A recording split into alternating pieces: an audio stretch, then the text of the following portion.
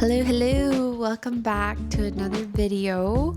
My name is Shirvin and this is Therapy with Shirvin. I'm a therapist and I started making these videos because I just wanted to have a more visual way to share about not only my experiences as a therapist and what I hear in sessions, but just to make mental health and mental health related topics a lot easier to understand. It's been a while since I last posted, so I thought it was fitting today to talk about my love-hate relationships with some of the hobbies that I have. And I say love-hate because there are times, and I'm sure you could probably relate with some of the hobbies or interests that you have. You're really into it, you spend a lot of time either learning about it, doing it, or even spending money on it.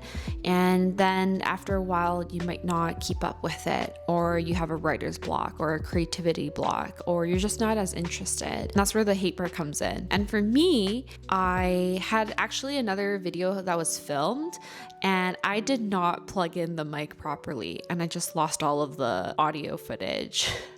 Which was kind of annoying because I was like, okay, finally gonna film something, have something up, and then it didn't work out. Over the past month, I've been thinking about filming for a long time and I just didn't want to pick up the camera and sit down and have a chat because I know I also have to edit it, I have to make the thumbnail, I have to do the uploading, write the description. It's a whole ordeal. It's not just about sitting and filming, it's all the stuff you have to do before to prep and the stuff after. I think if this was me maybe 2 or 3 years ago, I probably would have beat myself up for not uploading consistently. But this time around, with making videos, making content, even with my therapy Instagram page, I'm a lot more relaxed and open about my schedule. First off, I'm not really making any money by making videos or Instagram posts. I just love that it's a creative way for me to express some of the learnings that I have and to be creative with how I can talk about mental health because I can't do a lot of that visual stuff in my one-on-one sessions. Making content, whether it's on Instagram or on YouTube,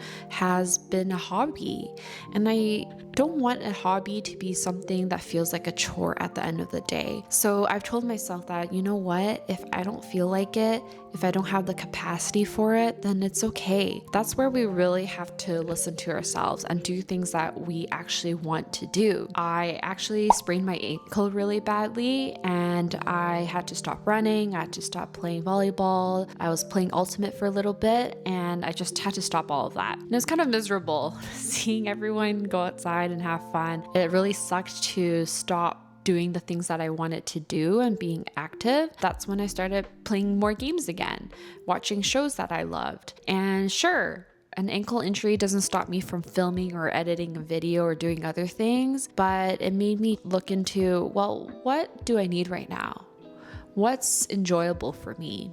I played a ton of TFT or Team Fight Tactics, which is a game that I play once in a while. And even that, I don't play all the time year round. There are different sets, so different compositions of teams that you could build in that game. And depending on the set, I may or may not play. It just depends if I like it or not. So this set, my friend told me to play and I really enjoyed it. And honestly, I just play hours on end and it's been really fun getting back into it. And finally, today, I was like, you know what? I have some time. I'm feeling recharged, re-energized, and I decided to pick up the camera and film something. But if this was me 2 or 3 years ago where I told myself, I need to be so consistent with my uploading schedule or people are going to be disappointed, I'm not consistent, the algorithm won't push me out. If I forced myself to film something every single week and I didn't feel passionate about it, I wasn't excited, I didn't enjoy it, I wouldn't be as proud of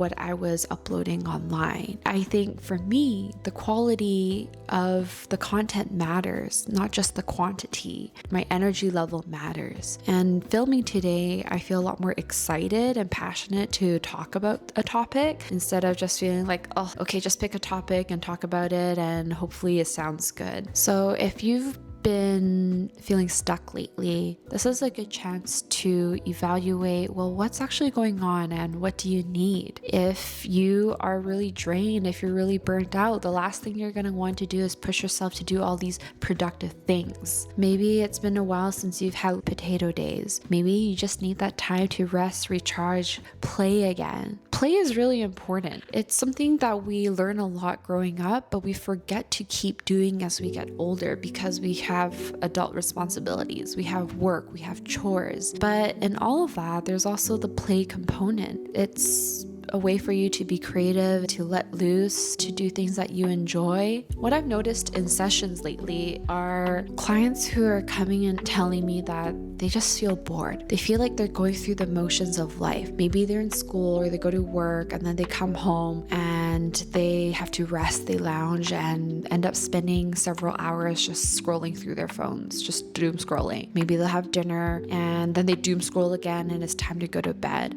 And then suddenly the day is gone and they have to wake up for work the next day. And what's worse is if your job is miserable, if you hate it, it just feels like this endless loop and cycle that you can't get out of. Well, what do you do about it? That's when we pay attention to play. We pay attention to our hobbies. What do you like doing? What makes sense now? A few months ago when I started filming more content, I was really into it and I was trying to film and upload regularly. Then summertime started and right now I'm playing in 2 leagues this summer on Thursdays and Fridays for volleyball, and I'm trying to get back into running. I'm trying to do other things outdoors because of the nice weather, which means less time to sit in front of the camera and less time to sit in front of my computer to edit. And that's okay, because I'm doing other things that are enjoyable. I know that when I'm feeling up for it, I'll come back to film. I'll come back to make content, and the internet is always going to be there. And sure, you might have some goals. Maybe let's say with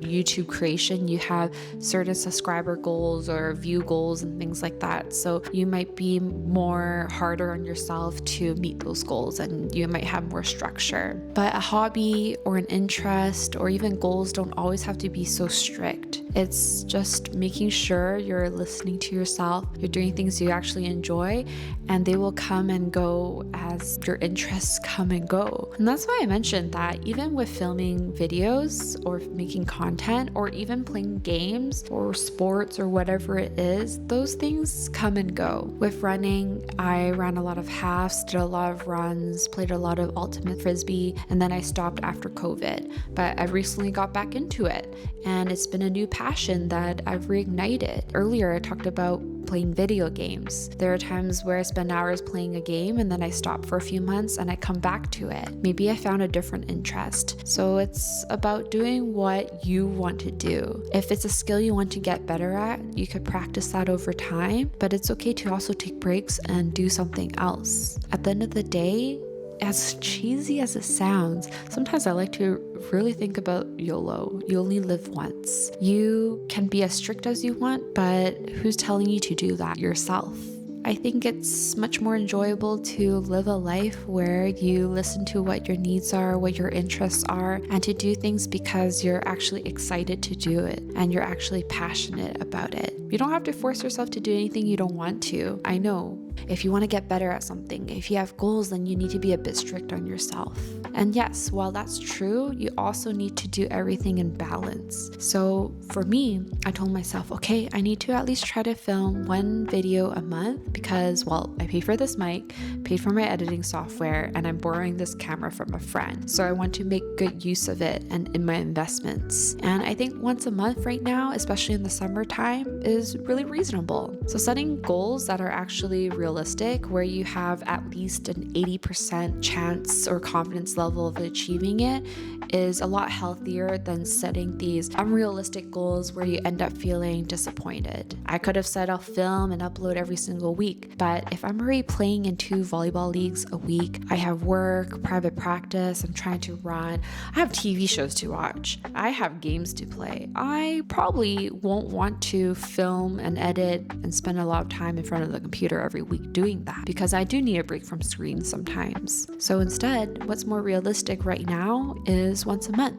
And even that can change. Maybe in the fall when I'm not as active or outdoorsy, then I'll do bi-weekly or weekly. And the great thing about goals is you're the one making them, so you're also the one who can be flexible and adjust them. We need to accommodate ourselves and where we're at in our lives. You know, I was feeling quite low when I had injured my ankle last month, so I knew the last thing I wanted to do was be all chirpy and talk about mental health in front of a camera, then edit it. Instead, I did things that were more fun for me. I couldn't go outside, but I stayed inside and played games instead, and that was really nice actually. I reconnected with an old friend, reconnected with a game that I used to like, and I had a good couple of weeks of taking care of myself in other ways. So if you're feeling stuck, if you're feeling unmotivated, I want you to ask yourself, what do you actually want to do?